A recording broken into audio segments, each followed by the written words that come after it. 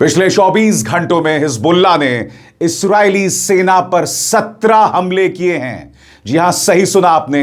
दक्षिणी लेबनान में इस्राएली सेना कहर बरपा रही है, बेकसूरों को मार रही है। हिजबुल्लाह ने इसके जवाब में 17 हमले किए हैं। उसकी मैं चर्चा बस कुछ देर बाद करने वाला हूं। जैसे कि आप जानते हैं, इस वक्त अमेरिकी राष्ट्रपति डोनाल्ड ट्रंप चीन की यात्रा पर हैं और कहा जा रहा है कि जैसे ही यह चीन की यात्रा खत्म होगी, ईरान पर दोबारा हमला किया जा सकता है। एक ईरानी जनरल ने कह दिया कि हमारी तैयारी पूरी है। इस बीच एक और बहुत बड़ी खबर सामने आई है। खबर यह आई है कि इस्राएली प्रधानमंत्री बेंजामिन नेतन्याहू यूएई, संयुक्त अरब अमीरात की, यूनाइटेड अरब एमिरेट्स की सीक्रेट यात्रा पर गए थे। यही नहीं, मोसाद के चीफ भी वहां की एक यात्रा पर गए थे। ईरान ने सख्त लफ्जों में चेतावनी दी है और एक बात तय हो गई है दोस्तों कि तमाम खाड़ी देशों में मुस्लिम देश होने के बावजूद यूएई इस वक्त पूरी तरह से इस्राएल के साथ खड़ा हुआ है। और उसका इस्राएल के साथ खड़ा होना इसलिए भी शॉकिंग है क्योंकि कुछ ऐसी रिपोर्ट्स आ रही हैं जिसने सिहरन पैदा कर दी है। कई ह्यूमन राइट्स ग्रुप ये रिपोर्ट कर रहे हैं, और बहुत ध्यान से सुनिएगा मैं क्या कहने वाला है। कई ह्यूमन राइट्स ग्रुप ये रिपोर्ट कर रहे हैं, और बहुत ध्यान से सुनिएगा मैं क्या कहने वाला हूं, क्योंकि सोचकर भी सिहरन पैदा होती है। इस्राएल अपनी जेलों में पैलेस्टीनियन प्रिजनर्स का रेप, बलात्कार करवा रहा था, वो भी कुत्तों के द्वारा। मजाक नहीं कर रहा हूं दोस्तों। जी हां, पैलेस्टाइन के जो कैदी बंद हैं इस वक्त इस्राएल की जेलों में, उन्हें बाकायदा कुत्तों से रेप करवाया जा रहा था। न्यूयॉर्क टाइम्स की एक और रिपोर्ट ने तहलका मचा दिया है, जिससे इस्राएल बुरी तरह से बौखलाया हुआ है। इसलिए यूएई का इस्राएल के साथ आना कहीं ना कहीं उसकी अंतर्राष्ट्रीय साख को कमजोर कर रहा है। इस सब की चर्चा होगी दोस्तों। बहुत अहम शो है, और खासकर एक ऐसे माहौल में जब डोनाल्ड ट्रंप इस वक्त चाइना पहुंचे हुए हैं अपने पूरे लाओ लश्कर, अपने पूरे कुनबे के साथ। मगर सबसे पहले वो लम्हा जब हिजबुल्लाह ने इस्राएली सेना पर 17 हमले किए थे, देखा जाए।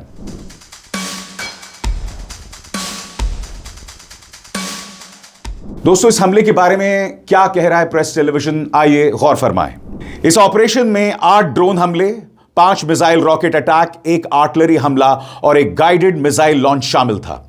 इन हमलों में 2 निम्र सैन्य गाड़ियां, 2 मेरकावा टैंक्स, 1 आर्म्ड पर्सनल करियर और 2 मिलिट्री बुलडोजर को निशाना बनाया गया। हिजबुल्लाह लड़ाकों ने हदत्ता कस्बे के बाहरी इलाकों के पास इस्राएली सैनिकों पर घात लगाकर हमला भी किया। इस दौरान पहले से लगाए गए विस्फोटकों के साथ हल्के और भारी हथियारों तथा आर्टिलरी फायर का इस्तेमाल किया गया है। यानी कि हिजबुल्लाह पीछे नहीं हट रहा, क्योंकि दक्षिणी लेबनान में एक किस्म का जेनोसाइड चल रहा है दोस्तों, जिसमें युद्ध विराम यानी सीज फायर के बावजूद, अमेरिकन ब्रोकर्ड सीज फायर के बावजूद इस्राएल लगातार हमले कर रहा है। रोज दर्जनों आम लोग मारे जा रहे हैं, औरतें और बच्चे मारे जा रहे हैं। यानी कि गजा का इतिहास इस्राएल लेबनान में दोहराना चाहता है, और अब ऐसे माहौल में हिजबुल्लाह उसका मुंहतोड़ जवाब दे रहा है। ईरान की निगाह इस वक्त डोनाल्ड ट्रंप की चीन यात्रा पर है, और ईरान अपनी तैयारी मजबूत कर रहा है। उसके एक जनरल के एक बयान की खासी चर्चा की जा रही है। मैं आपको बताता हूं वो बयान क्या है आपके स्क्रीन पर। ईरान पर अमेरिका इस्राएल की जंग से पीछे हटने की कोई गुंजाइश नहीं है, जनरल का बयान। ईरानी सेना के प्रवक्ता ब्रिगेडियर जनरल मोहम्मद अकरम निया ने कहा है कि अमेरिकी सीजफायर अधर में लटके होने के बावजूद ईरानी सेना सबसे ऊंचे स्तर की तैयारी बनाए हुए है, यानी प्रिपेयर्डनेस उसकी मजबूत है। मशहद से बोलते हुए अकरमी निया ने कहा, स्ट्रेट ऑफ हॉर्मूज के पश्चिमी हिस्से पर आईआरजीसी नेवी का कंट्रोल है, जबकि ईस्टर्न हिस्से को रेगुलर नौसेना संभाल रही है। उन्होंने कहा कि ईरानी सेना ने दुश्मन को उसके किसी भी मकसद में कामयाब नहीं होने दिया है, और इस युद्ध के बाद अब पीछे हटने की कोई जगह नहीं है। बिना ज्यादा जानकारी दिए अकरमी निया ने दावा किया कि युद्ध के दौरान मिडिल ईस्ट में मौजूद कई अमेरिकी सैन्य ठिकानों पर उपकरण यानी कि उनके तमाम हथियार और बेसिस तबाह किए गए, और अब नए हथियारों की सप्लाई को स्ट्रेट ऑफ हॉर्मूज से गुजरने नहीं दिया जाएगा। उन्होंने ईरान की उन क्षमताओं यानी उन कैपेबिलिटीज की भी तारीफ की जिनका दुश्मन ने अंदाजा नहीं लगाया था।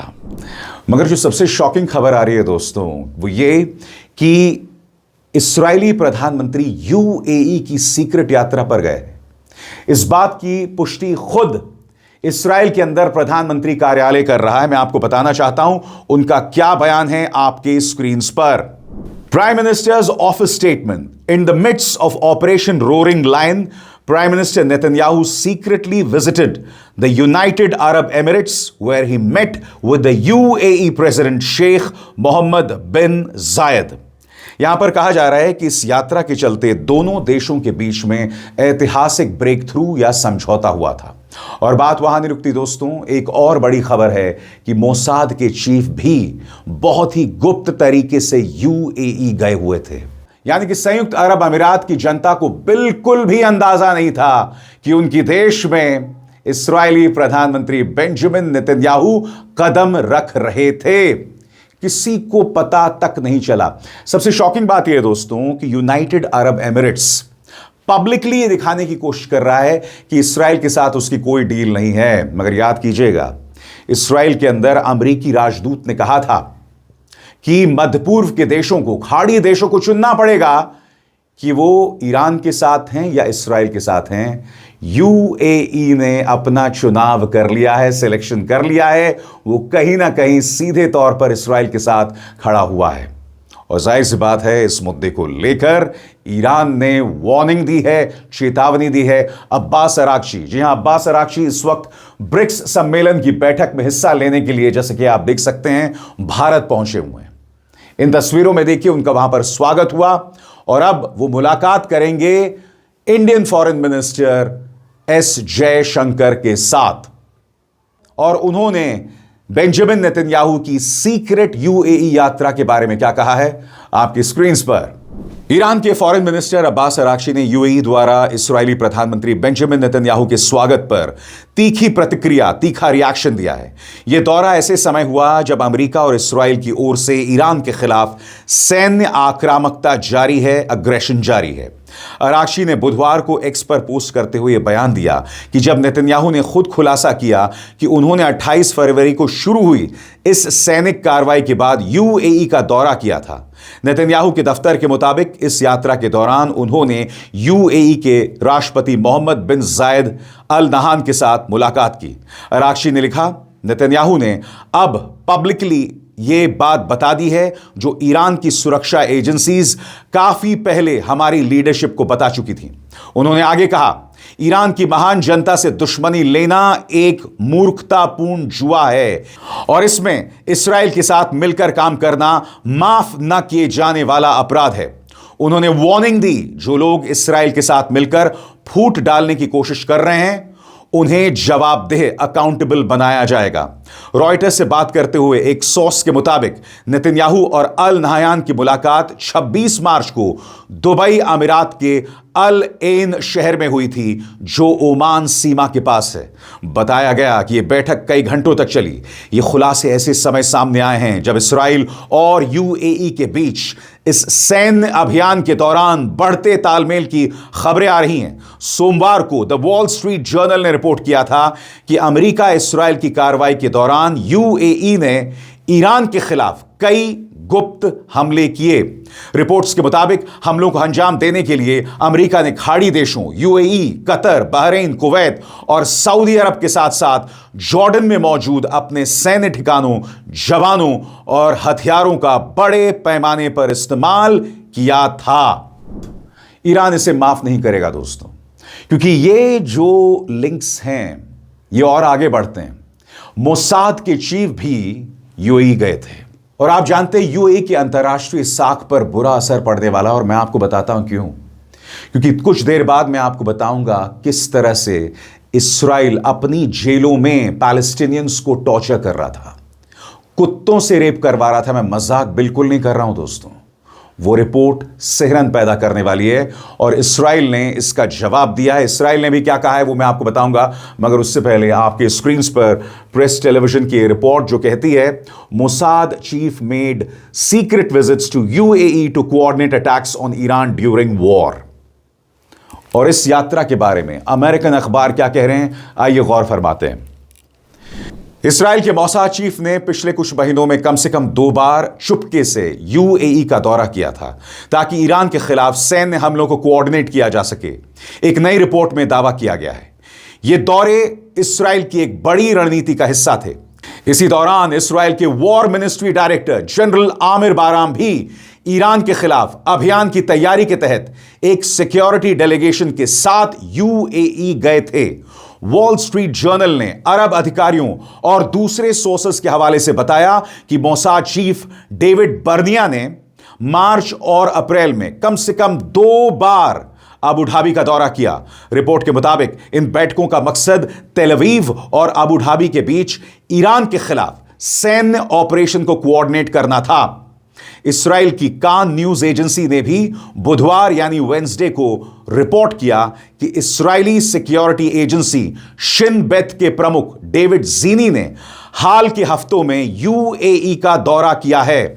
यह रिपोर्ट उस पहले वाले वॉल स्ट्रीट जर्नल खुलासे के बाद आई है जिसमें दावा किया गया है कि यूएई ने ईरान के खिलाफ कई गुप्त यानी सीक्रेट हमले किए। रिपोर्ट के मुताबिक अप्रैल की शुरुआत में यूएई ने ईरान के लावान आइलैंड पर मौजूद एक रिफाइनरी पर हमला किया और यह हमला तेहरान और वॉशिंगटन के बीच सीजफायर घोषित होने के कुछ घंटों बाद हुआ है। एक नहीं दोस्तों, कई यात्राएं हो रही हैं। शिन बेत के प्रमुख गए, मोसाद के चीफ 2 बार गए और जैसा कि खुद इस्राएल के प्रधानमंत्री कार्यालय ने बताया कि बेंजामिन नेतन्याहू भी गए थे और कई घंटों लंबी बातचीत उनके यूएई के शासक से हुई है। हालांकि इस मुद्दे पर यूएई ऑफिशियली कुछ नहीं कह रहा है। यूएई को उसकी जनता को बताना पड़ेगा कि यह रिश्ता क्या कहलाता है। खासतौर से इंटरनेशनल न्यूज एजेंसीज की जो रिपोर्ट आ रही है आपकी स्क्रीन पर दोस्तों, यह खबर सिहरन पैदा करने वाली है। कुत्तों से यौन उत्पीड़न यानी कुत्तों से रेप करवाया गया। ऐसी रिपोर्ट सामने आई है जिसमें आरोप लगाया गया है कि इस्राएल जेल गार्ड्स और सैनिकों ने फलस्तीनी कैदियों पर कुत्तों का इस्तेमाल यौन उत्पीड़न करवाया, खासकर सदे ताइमान डिटेंशन कैंप जैसी जगहों पर। यह दावे B'Tselem, Euro Mediterranean human rights monitor और Palestinian centre for human rights जैसे कई ह्यूमन राइट्स संस्थाओं ने दर्ज किए हैं। मुख्य आरोप और गवाही, कई फॉर्मर पैलेस्टीन कैदियों ने इन अत्याचारों के बारे में बयान दिया है। एक पूर्व कैदी ने Palestinian centre for human rights को बताया, हमें पूरी तरह से नंगा कर दिया जाता था। सैनिक कुत्ते लाए और हमारे ऊपर चढ़ गए और मुझ पर पेशाब करवाया। फिर एक कुत्ते ने मेरे साथ बलात्कार किया। मैं मानसिक रूप से टूट गया और बेहद अपमानित यानी इंसल्टेड महसूस कर रहा था। दूसरे पूर्व कैदियों जिसमें वकील फादी सैफ अल दीन बकर और पत्रकार मोहम्मद अरब शामिल हैं, उन्होंने भी 2024 में सदे ताइमान में ऐसी घटनाएं देखने का दावा किया है। पुष्टि और विवाद, इस्राएली विश्लेषक शायल बेन एफ्राइम ने अप्रैल 2026 में कहा था कि उन्होंने सदे ताइमान के 2 गार्ड से बात की है। उनमें से एक ने दावा किया है कि उसने ऐसी घटना खुद देखी और कहा कि इतना खतरनाक और डरावना था कि इसके बारे में बात करना मुश्किल है। दूसरे गार्ड ने कहा कि उसने सहकर्मियों से यानी साथियों से इसके बारे में सुना था और उसे सच लगता है। हालांकि इन आरोपों को लेकर बड़ी कंट्रोवर्सी भी है। क्रिटिक्स का कहना है कि ज्यादातर सबूत गुमनाम गवाहियों पर आधारित हैं और इनके समर्थन में फॉरेंसिक सबूत या वीडियो मौजूद नहीं है। जेरूसलम पोस्ट के एक संपादकीय ने इन दावों को पूरी तरह से झूठा बताया और कहा कि कुत्तों के इंसानों के साथ बलात्कार करने के लिए ट्रेन नहीं किया जा सकता, इसलिए ये आरोप बेबुनियाद हैं। मगर न्यूयॉर्क टाइम्स ने, अमेरिका के न्यूयॉर्क टाइम्स ने इजराइल की पोल खोलकर रख दी है और इजराइल ने इस पर कड़ी प्रतिक्रिया दी है। वो रिपोर्ट क्या कहती है, आइए उस पर गौर फरमाएं। रिपोर्ट का नाम है the silence that meets the rape of Palestinians. Report में क्या कहा गया है? निकोलस क्रिस्टोफर के इस आर्टिकल में आरोप लगाया गया है कि इस्राएली जेल गार्ड्स, सैनिकों, सेटलर्स और शिन बेत एजेंसीज के पूछताछ अधिकारियों द्वारा फलस्तीनी कैदियों के खिलाफ यौन हिंसा व्यापक स्तर पर हो रही है। आर्टिकल में लिखा गया है कि इस्राएली यौन हिंसा का एक पैटर्न मौजूद है जिसमें पुरुषों, महिलाओं और यहां तक कि बच्चों को भी निशाना बनाया गया है। यह लेख वेस्ट बैंक के 14 पुरुषों और महिलाओं की गवाहियों पर आधारित है, जिसमें दावा किया गया है कि उनके साथ इस्राएली सुरक्षा एजेंसीज या सेटलर्स ने यौन हिंसा की है। हालांकि इजरायली फॉरेन मिनिस्ट्री ने इसे पूरी तरह से लाइबलस करार दिया है। बाकायदा उन्होंने सोशल मीडिया हैंडल एक्स पर यह लंबा चौड़ा बयान दिया है जिसमें उन्होंने इस पूरी रिपोर्ट को झूठा करार दिया है। हालांकि अधिकतर लोग उनके इस बयान पर विश्वास नहीं कर रहे हैं। इस्राएल ने क्या कहा है और इस मुद्दे पर उनका क्या पक्ष है, आइए गौर फरमाएं। इस्राएल ने इस लेख को ब्लड लाइबल यानी बेहद झूठा और नफरत फैलाने वाला आरोप बताया। इस्राएली अधिकारियों ने कहा कि लेख में जिन संगठनों की रिपोर्ट्स का इस्तेमाल किया गया है उनमें euro Mediterranean human rights monitor भी शामिल है और इस्राएल का आरोप है कि उसके कुछ नेताओं के हमस अधिकारियों से संबंध रहे हैं। इस्राएल ने यह भी कहा कि यह एक संगठित एंटी इस्राएल अभियान का हिस्सा है जिसका मकसद इस्राएल को यूनाइटेड नेशंस की ब्लैक लिस्ट में डालना है। आखिर यह विवाद हुआ क्यों? इस रिपोर्ट में यह भी कहा गया है कि ऐसा कोई सबूत नहीं है कि इस्राएली नेताओं ने रेप का आदेश दिया हो, लेकिन इसमें मार्च 2025 की उस यूएन रिपोर्ट का हवाला दिया गया है जिसमें कथित तौर पर कहा गया था कि यौन हिंसा इस्राएल की स्टैंडर्ड ऑपरेटिंग प्रोसीजर्स का हिस्सा बन चुकी है। इसके बाद इस रिपोर्ट को लेकर काफी विवाद हुआ। क्रिटिक्स ने सवाल उठाए कि कई आरोप गुमनाम गवाहियों पर आधारित है, फॉरेंसिक या वीडियो सबूत बहुत कम हैं। मैं यहां पर एक सवाल उठाना चाहता हूं। यह तमाम रेप्स इस्राएली जेल्स में हुए, कम से कम ऐसा दावा किया जा रहा है ना? अब आप मुझे बताइए, जो अपराध इस्राएली जेल्स में होंगे उसके वीडियो सबूत सामने कैसे आएंगे? मुझे इस बात में शक नहीं है कि अगर ऐसा कुछ हुआ है तो यकीनन इस्राएल के कई गार्ड्स ने उसे वीडियो पर रिकॉर्ड किया होगा और कभी ना कभी अगर वो हकीकत है तो वीडियोस भी सामने आएंगे। हमें उस खौफनाक पल का इंतजार होगा। और जब इस तरह की खबरें आ रही हैं, जैसे इस्राएल ने पूरी तरह से इनकार किया है यूएई का इस्राएल की गोद में जाकर बैठना, उसके लिए शर्मिंदगी का सबब है। अब अभिसार शर्मा को दीजिए इजाजत। नमस्कार।